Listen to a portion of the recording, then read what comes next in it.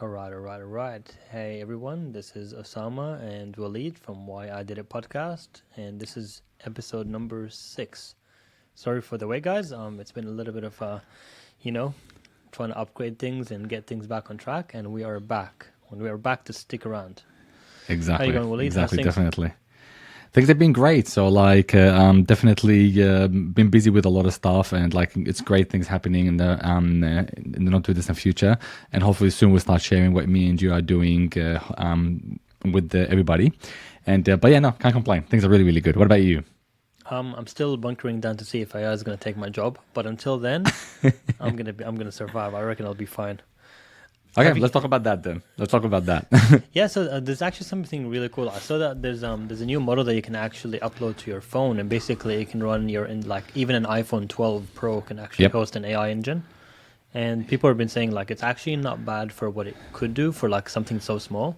Because if you think about Yep. it, like think about the M1 chip, for example, in an iPhone, Yes. or I don't even know if they're even M2 now, but yeah, the M1 chip Hmm. versus the iPad one.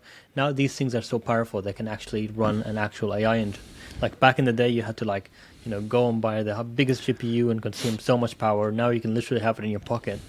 And I Yes. reckon there's going to be like a big business where, you know how back in the day there was a lot of blockchain based crypto, and what they were doing Yep. is like they're saying, we'll run this crypto running through your phone and you can get rewards for it.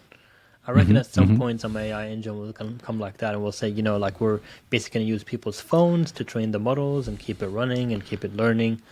And instead of having, big server farms, you can just have everybody's, phone Exactly. running the actual AI Exactly. engine. So I think that's going to be the And I big. believe also it's probably even going to push down to like the wearable devices as well, like especially the Qualcomm chips. They're getting powerful enough so that they can probably do what's like a smaller form or a simpler form of AI engine, to the point that I think one day everything can be done through basic communication with your devices, whether it's a wearable device or your phone, rather than having to go on a computer. So it's impressive stuff. It's going really, really fast. So would it tell you if you have a heart attack, and how relevant is that? Actually on that point. Yeah. Okay, so I'm glad that you brought that up because I was watching a podcast the other day, and I don't know if you know about Dr. Mike. He's I don't know, Dr. Waleed. well, there's Dr. Mike. You should look him up. So he was with MKBHD, and they had a podcast. They were running through AI, talking about the health system and everything. And they brought up the AI doctor, the one that you were talking about last time with was it Michael Shkreli? Yeah, Majeshkali, what's it called? Simon? Dr. Gupta. Sorry, can you hear me? Yeah, I can hear you. It's Dr. Gupta, right? Dr. Gupta, yes, exactly. Sorry, I think we cut out a little bit there. But anyways, and they were saying that from doctor's perspective, he was basically saying that AI will probably be very useful for like doctors to use rather than patients to use, in the sense that it would be much better for a doctor to actually access the information in a much quicker way by talking to an AI and getting the information, rather than letting the patients rely on AI to get a diagnosis. And I'll give you an example. So say sometimes a patient comes in, okay, and they might have high cholesterol, but they might have certain risk factors that may not qualify them, or may not be, they may not require like a statin drug, which is a cholesterol lowering drug. So there is always these calculators and these algorithms that we have to use to figure out whether they need to start on medications or not. AI can speed up that process, especially for doctors. But I still stand by the fact that till now, I don't think it's safe enough to allow AI to dictate the health of patients, and for the patient to be interacting with AI to get a medical diagnosis or treatment, I think the doctors should be using it. I think it could be like a replacement to bad doctors, and but by that I mean like if you're in a third party, like because that's what Martin Shkreli was talking about. He's like, this is not meant to replace let's say USA doctors per se. He's saying like if you're somewhere in like a third world country and you literally have no access to good doctors and you'd have to like line up. There's one guy who does like that water bottles. I can't remember what his name used to be, like a club promoter. And he did like those water bottles, and he was going to like Africa and trying to like create like water wells. He's saying like when we offered like our medical services, people would line up from like the midnight, trying to get like the actual good medical advice, right? And obviously that comes also Yep, with yep. medical procedures and whatnot. It's not just advice. I think AI, if done right, can help with getting some sort of medical access to people that don't otherwise have that opportunity to get it. And I've Is seen that it what like, they're doing it for, though? look, I mean, you know, you can ask. Do you really think Martin We Shkreli would right love now to worries have about the third Martin world? Shkreli on board and just to like get him on the podcast and chat with him about It'd it. be nice to And, have a debate with him.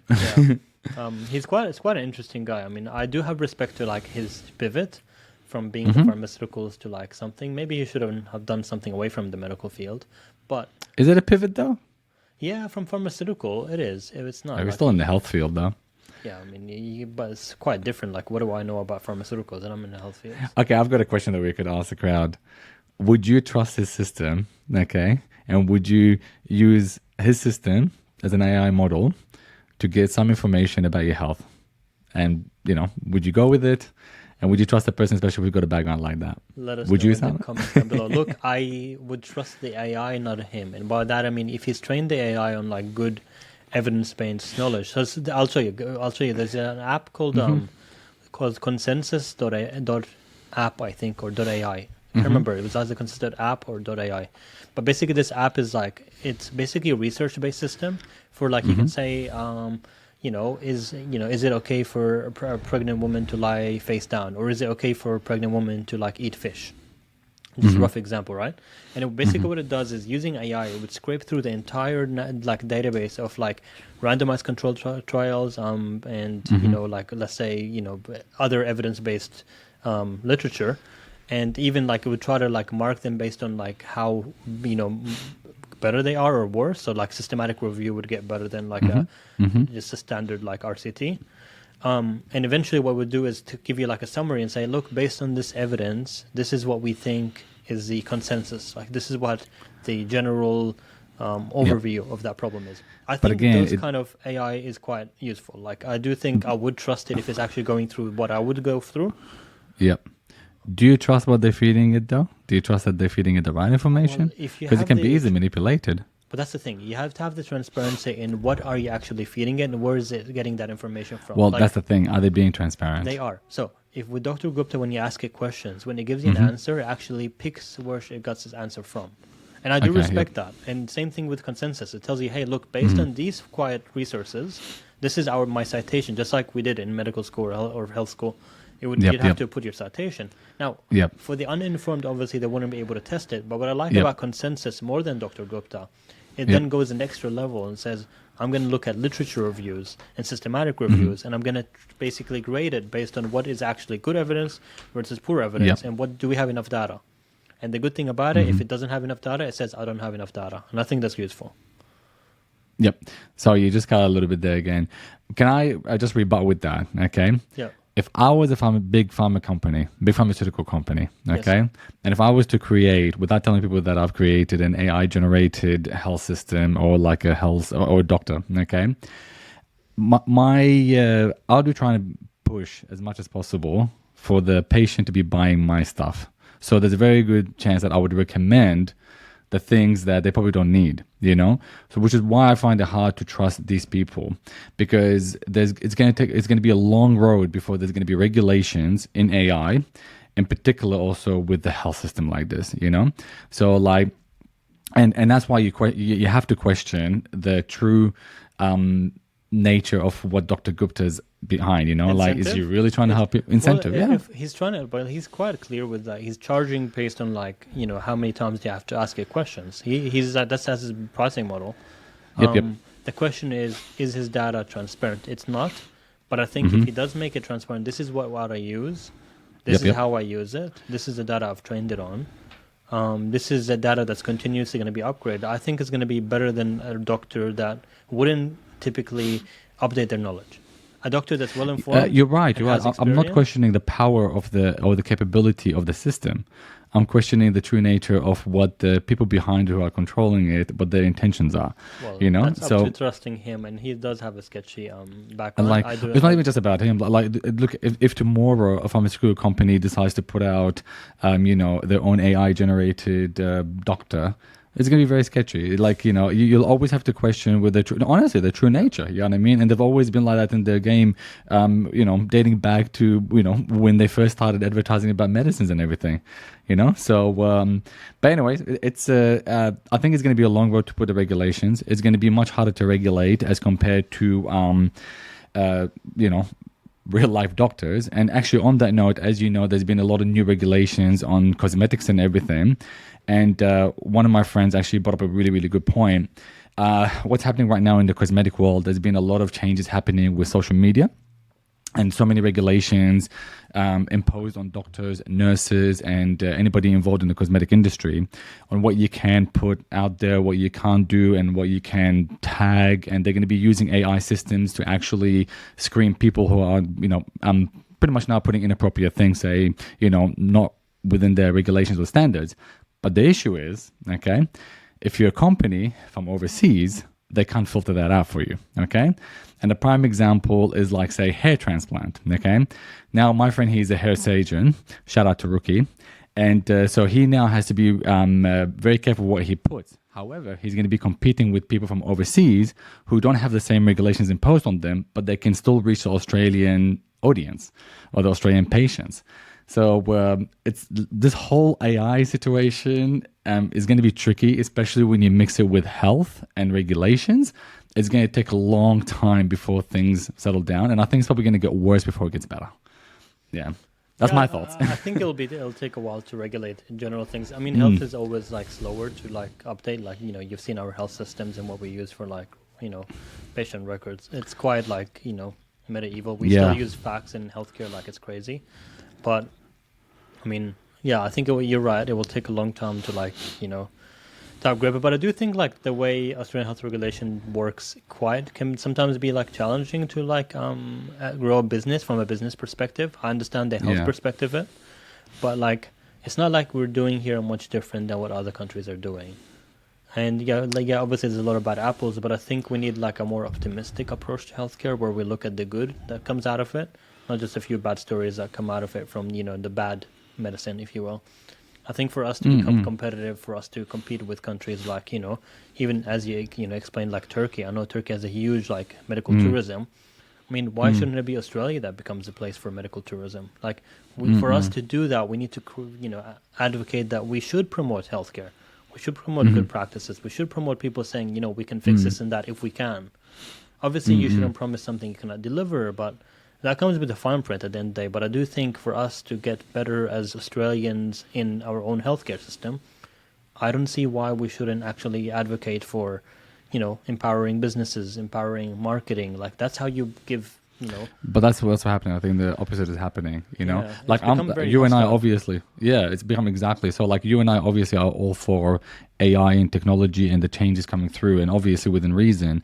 But this is what concerns me. I don't believe that it's going to be used appropriately, and there's going to be so much restrictions, regulations that I don't know about you, but I'm actually a bit fed up with AI hearing about it. I'm not fed up with AI. I'm just fed up with the system that doesn't allow us to ride that wave. It almost feels like true. We have exactly. to go and sit there and look at the wave we're riding through, but we cannot ride it. And no, you should allow doctors to actually guide it, because they'll guide it better than the software developers that will just think they're doing. If you got Dr. Gupta, for example, that guy Martin Shkreli, and he equipped him with a good medical doctor will have all the best practices, the ethics, the actual guidelines, and I think they will create a better software. But you need to give space for the doctors to actually implement it and make it better. Well, on that note, so regulations and everything, what's your thoughts on students using AI and ChatGPT during university? I saw that. Look, I was part of a university that did discuss that, and I haven't been part of it for a bit now. But I do think it's like the calculator, right? There's a point that we literally had to graph things on the calculator and even on normal paper, and then we had to do it on a calculator. Now we can do it digitally. I think we should, instead of, it shouldn't replace critical thinking. And I do think exams should at some point become more less reliant on the, AI. If it's going to answer your question, it should be more reliant on reasoning. Correct. And using those tools as a way to formulate an answer and come up with an actual reasonable, decision based on the tools that you have, and whether that's the internet, whether that's actually like having books or case studies, or passion about something or rationale. I think you should use it, but it's very hard. Like I can see the challenges where teachers are now having to like correct things that look good in surface, but they don't have the depth of like a normal person writing it. Yep. Or Yep. it looks exactly the same as something that you would write if you're an average student. Yep. And it sounds Yep. about right, so you just get the full mark. And I don't think that's fair.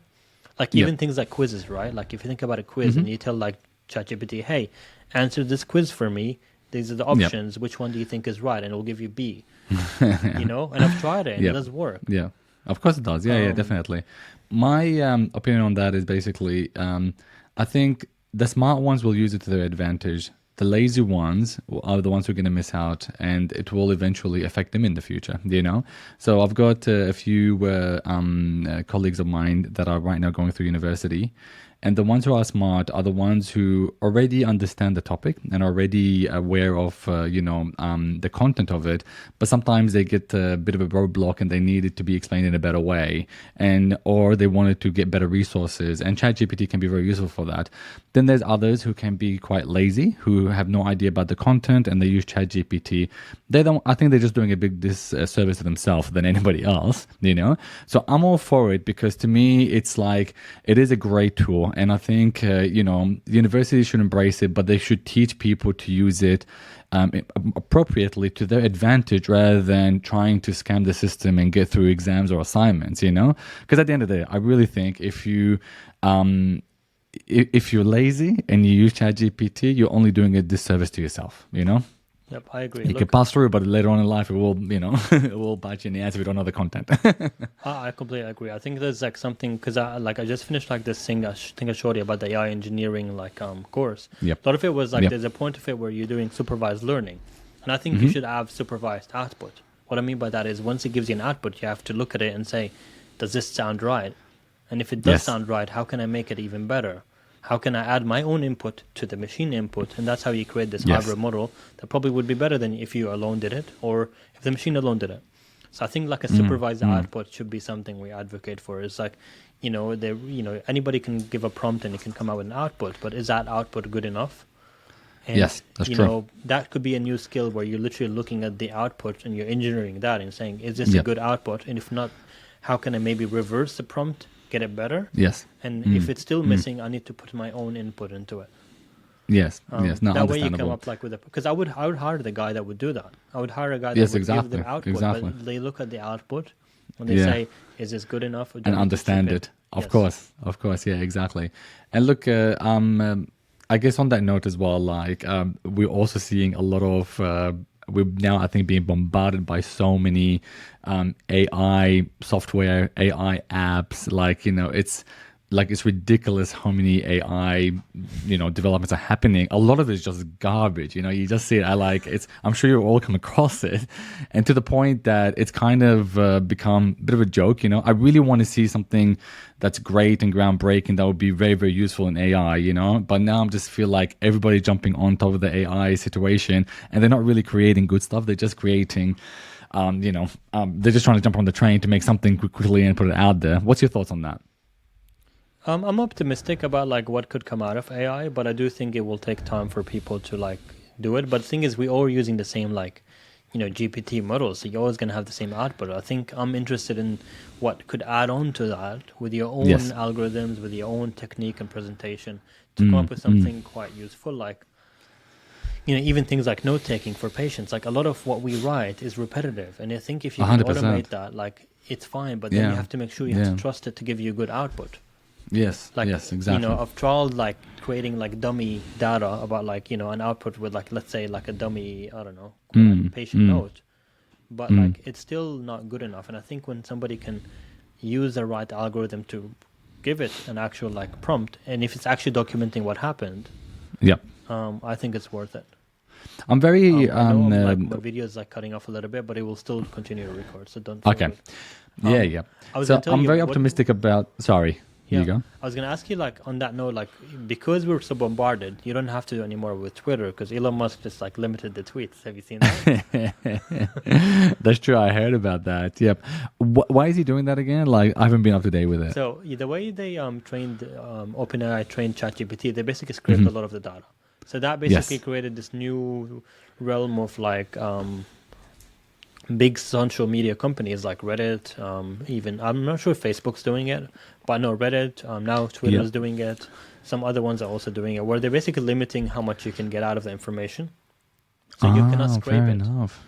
So he's saying like, hey, look, I'm only limiting it for 100 tweets a day if you're like a normal user, maybe 1,000 or something if you're a paid user. Yeah, the word tiers. So you don't put like a robot that literally scrolls and takes all that data and then puts it back into your algorithm and then you train it again.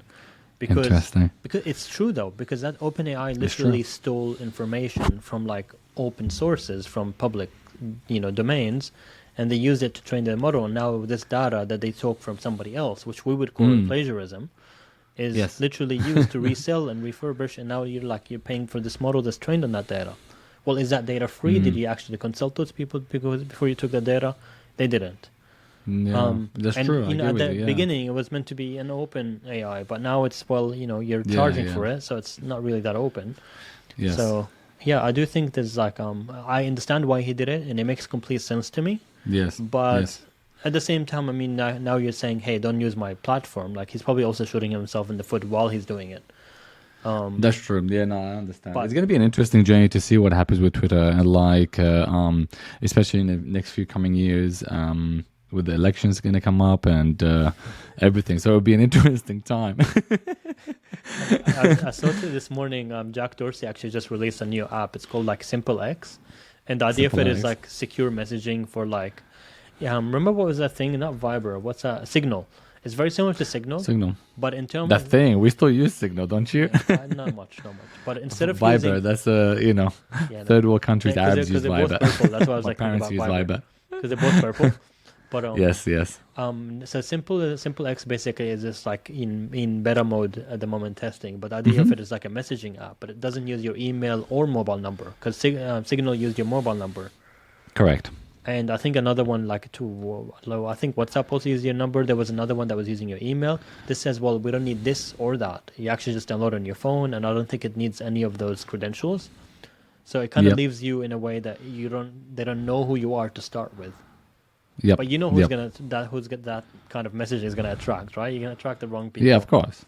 Of course. But no, at the end of 100%. the day, I think there's a market for something that doesn't track your data, and I think, like, I'm listening to this book at the moment about the guy from DuckDuckGo.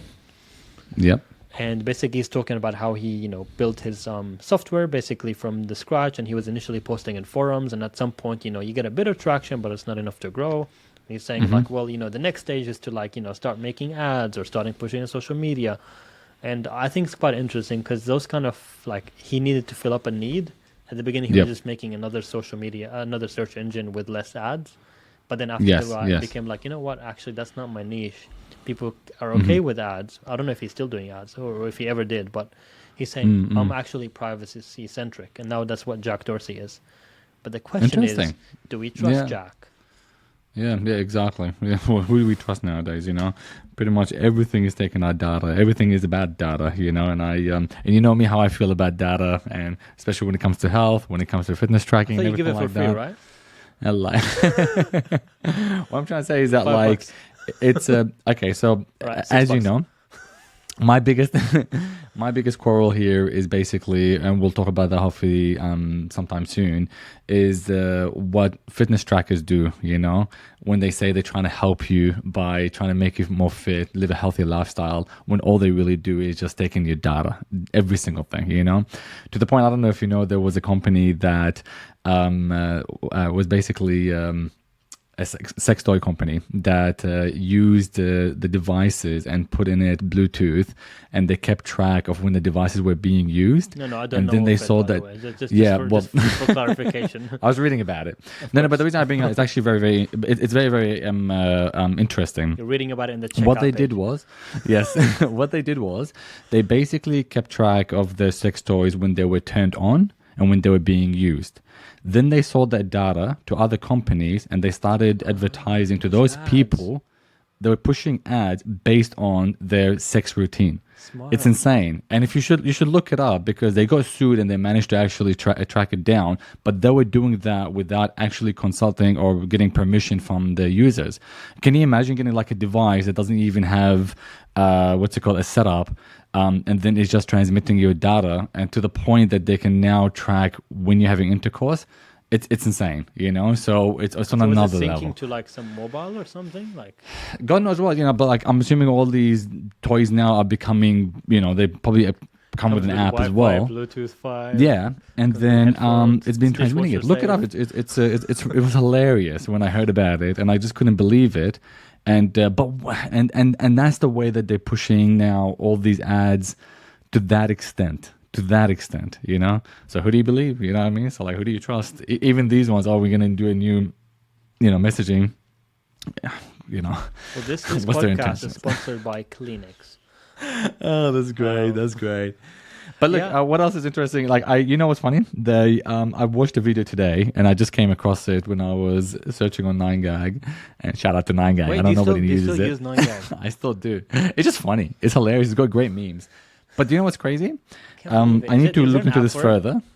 There's an app, of course. Of course it's an app. He knows the app. Yeah, He of uses course. I'm everything. probably He's the only one he's scrolling got like through it. 10 stars on it. It's like a legend. Well, like everybody knows you'll what find it- some interesting stuff. And what I found is this guy was presenting, talking about how AI can be used to basically use Wi-Fi routers to locate people's positioning in their Okay. own home. That makes sense. And reversing the data so that they can see the distance of, like, say, certain objects, and then they keep track of, say, movement, and then they can tell you how many people are in the house and everything. I'll send you the video. That's what TikTok does, right? Like, so TikTok these days. So I've Yes. noticed this weird trend in TikTok. This could be like a Yep. small short. We'll start the short here, right? Yep.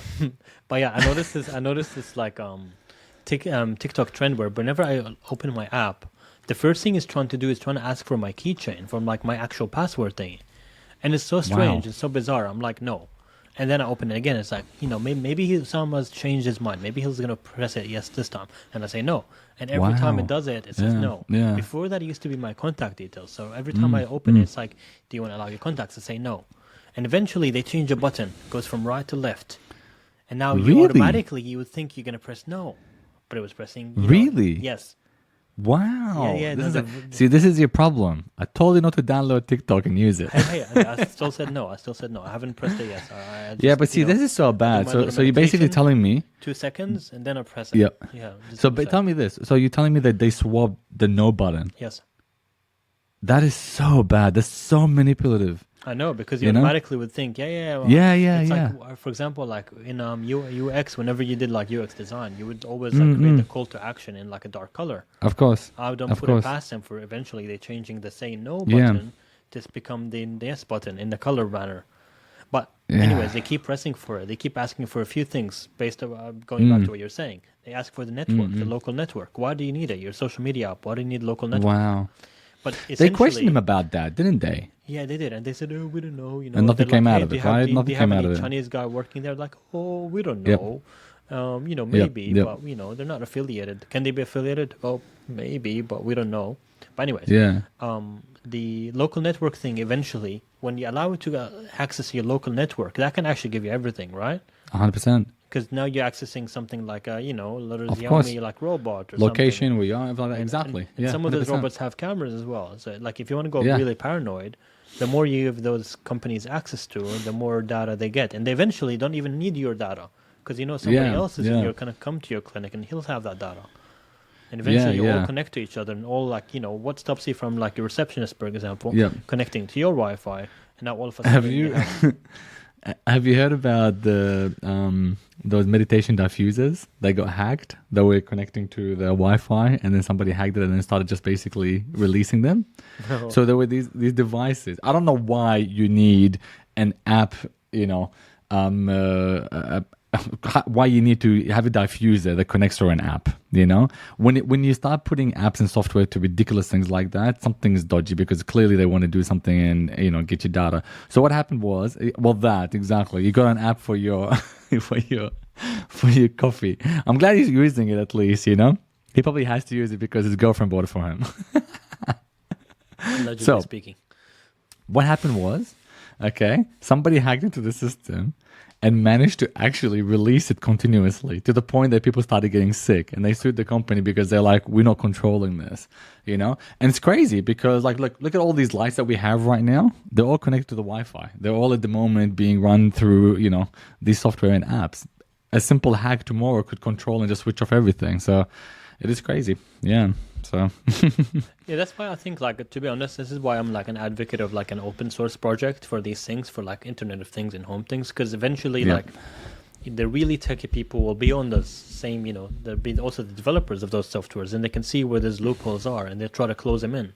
But Yep. what tells you that, your light software doesn't have any bugs in it? There's no incentive to fix it if nobody knows about it.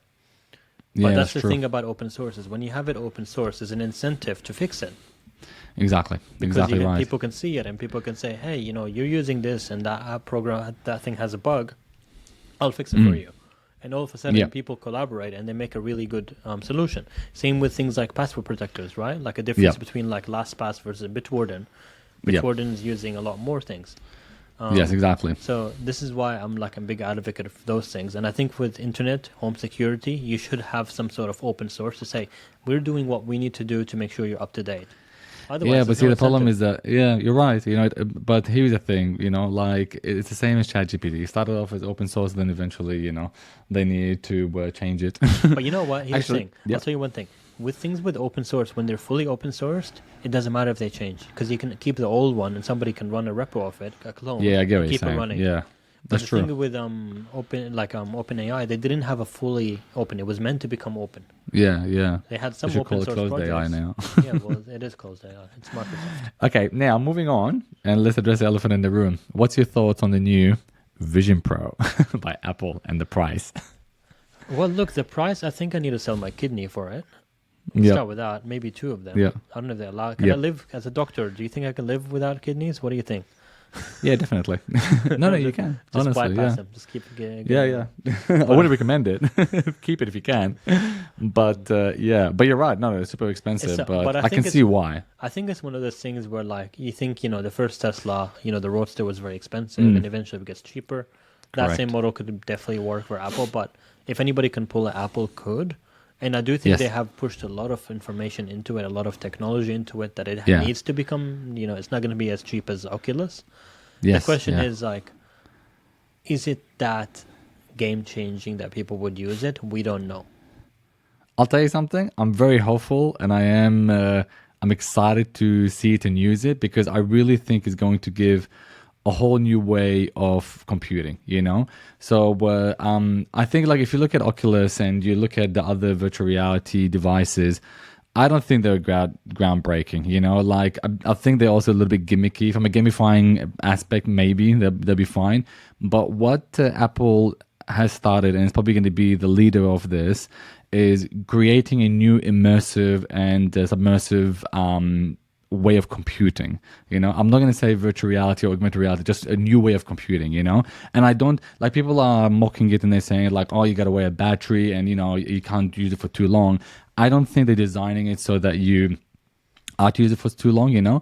Picture it this way, like, imagine you being in a studio and say, for example, you're some graphic designer or an architect or some sort of producer, music producer. And imagine you don't want to get all those equipment, but by just putting the Vision Pro, you'll have everything in front of you. And in that moment, you can actually have a new immersive experience compared to the standard. If it has the same computational power, and that's the question. Oh, it does, though. We don't know. But it does. No, we don't know that. They haven't launched it. They haven't launched it. Nobody's tried it. Nobody's benchmarked it. So we don't. We know that it does what hopefully they say it would, but we don't know if it's Yes. going to have the same computational power as like a full-fledged iMac or somebody with. The question is if it. But Does it's got the replace M2 in those- it, so it's got Yeah, two but chips. M2 is not great without the actual power. It doesn't have the power. No, I understand, but what I mean is, like, at least they're putting a processor in it that's powerful enough as your laptop. Yeah, but the iPad has a powerful processor, but doesn't mean you can do much with it. And You know like, what I mean? I think there's just not enough. But this is why I think they bought it out, and that's why they called it Vision Pro. They're doing it so that the developers can start developing for it I saw before that. they actually bring it out to I the got normal an market, invitation for it. which makes sense. I think Look, we have to. Somebody has to test it. Before that, I don't think they can pull it off in terms of like computational power. I generally don't think so, but I do think they'll have something like as strong as an iPad. Why do you question that though? Because it just doesn't have the space. The mechanics of the hardware is not big enough for it. But they got the actual chip in it. Like, so for example, right now, like a small computer, it doesn't mean you can have it run equally to a big computer. But see, the iPad can have the same computational power as, for example, a MacBook Air, but it probably doesn't have the same apps or software because they haven't been designed for it. No, but so that doesn't mean it's not the same level. No. So when you run the benchmarks, yes, it looks like it performs, but you cannot. So with a normal computer, you need a lot of fans, you need a lot of processing, you need a lot of power. That's why you need like a lot of the big ones. You need to kind of hook it all the time. What do you mean by a lot of power? I understand fans, but what do you mean by power? Watts coming into the wattage. Yeah, but the battery and but that's why they also. But anyways, what I'm trying to say is that from what they've said, the fact that it's got two chips, one which will basically be to augment and to basically control the virtual reality or the augmented reality out of it, and the other aspect is to compute, which is the M2. That's pretty impressive. I think it will be like a good, like a MacBook Air, maybe alternative. I don't think it will be like a MacBook. They would never they would shoot themselves in the foot. Even if they did pull it off, they wouldn't ever make it as good as like a MacBook Pro. So I don't think a professional or somebody who's doing film, for example, think about storage, like at the very basic level. Let's think about storage, right? How much do you think? That's not a big deal. It is a big deal.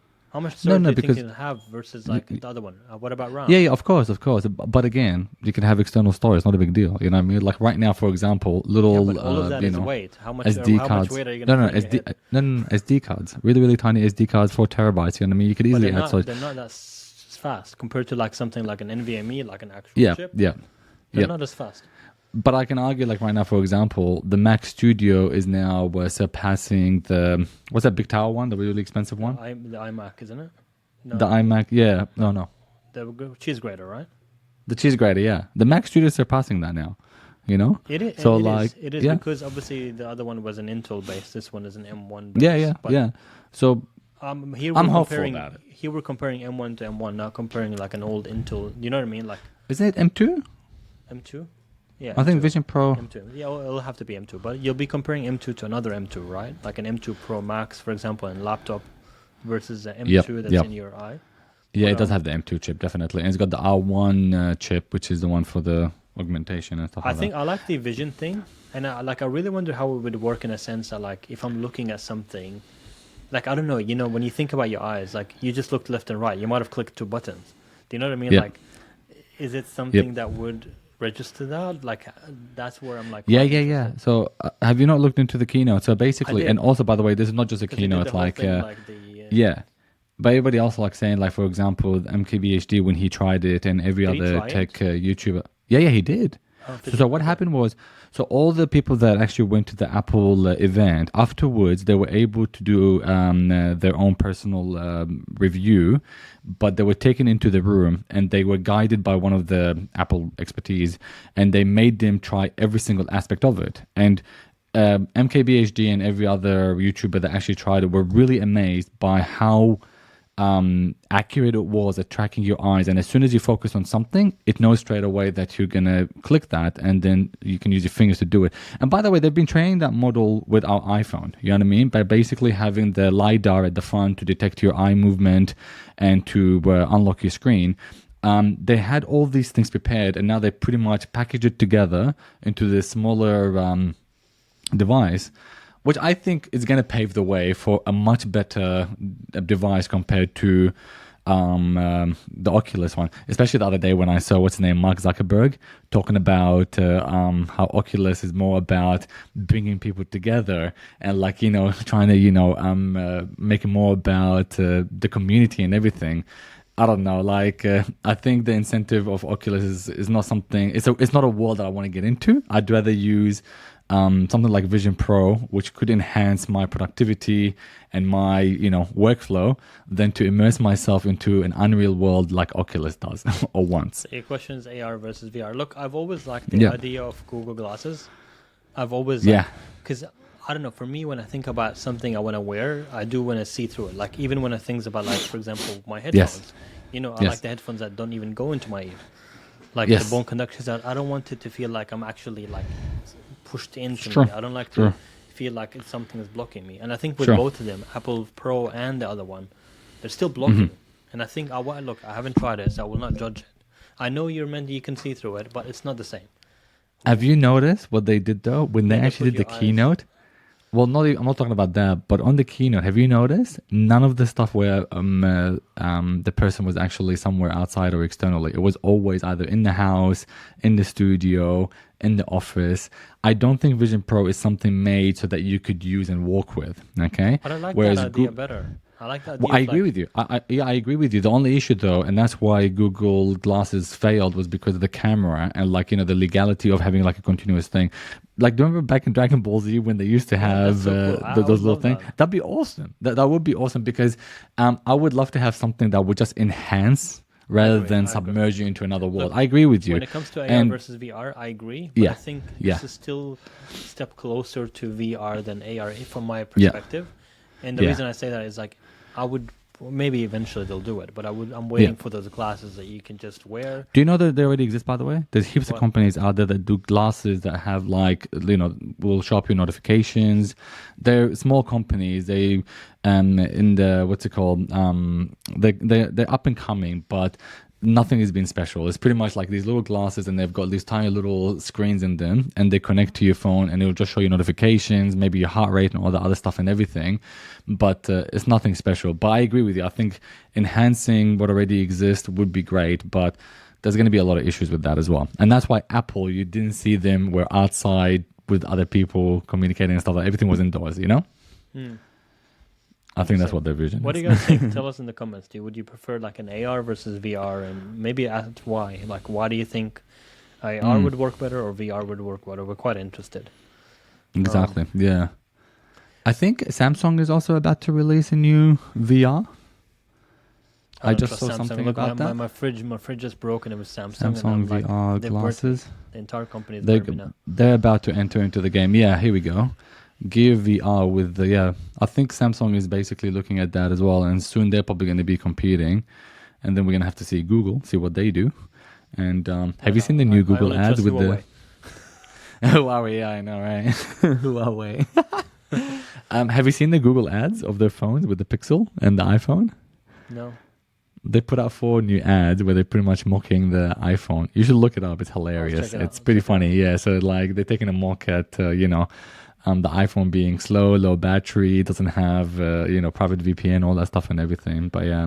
Actually, you know what? That's one thing I'll leave as a note. Like the one thing I haven't seen Apple do yet is merge a lot into AI. Like I know they're doing a bit of that, like with image They are. detection, but They don't say it's AI. It's machine they learning. can call it whatever they want, but they're not. No, they're haven't- doing it on purpose. For example, like transcription. Like what's stopping them from having? I know I've seen the keynotes about the new thing coming up, but like there's a lot of things that they could easily add on that I'm like for example, Apple Siri, right? When you talk to it, it's like, hey, can you message Waleed?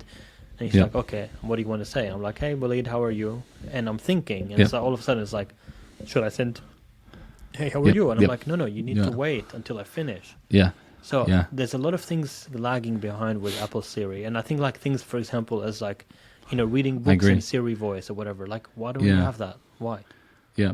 Do you know also, I think Siri's gone worse. I don't know if you've noticed it. It's terrible. I don't use it. That's She's why I gone call you all the worse in time. regards to commands. That's why I call Yeah. you all the time. Because if I'm driving and I want to say something, it just either doesn't get me, or I know, it you're sends right. the wrong message, and I have to Yeah. double check it. Now all of a sudden I'm seeing has it written the right Yeah. thing? And Yeah. the worst thing is that button at the bottom when you say press to dictate. That's terrible. Yes. That's always getting wrong words. Exactly. Look, I'll be honest with you. I think Google is much better with that because they've 10 been, times better. 10 times they've been involved with it. And unfortunately, it sucks. You and I are both Apple users, and there's limitations, so much limitation with Siri. I've got my house set Speak up, yourself, especially I'm a Huawei guy. Huawei. You guys say it right. Huawei. Anyway, so I've got my house set up with Siri speakers, and With who? I'm lazy with Siri. I'm trying to, you know what it is. I'm trying to make my life as streamlined as possible, but sometimes she doesn't understand. I'd be like, okay, turn the lights on in the bedroom, Yeah, and it turns it on in the Look, lounge. It turned it off behind you. And no, that ran out of battery. You noticed it. Oh, great. What else is on it? Nah, that's it. That's it. I think we'll call it an episode. That was great. We'll Yeah. be there. We'll be there in 2 weeks and every 2 weeks. Yep. Okay. Great night. That was actually really, really good. So All right. thanks, guys. Appreciate tonight. And hopefully, keep an eye out. Subscribe, like what we're doing. And we'll definitely be back in 2 weeks' time. And for tonight, I'll catch you guys later. See you guys in the next one. Thanks, Take Lee. care. That was Bye-bye. great. Ah, interesting.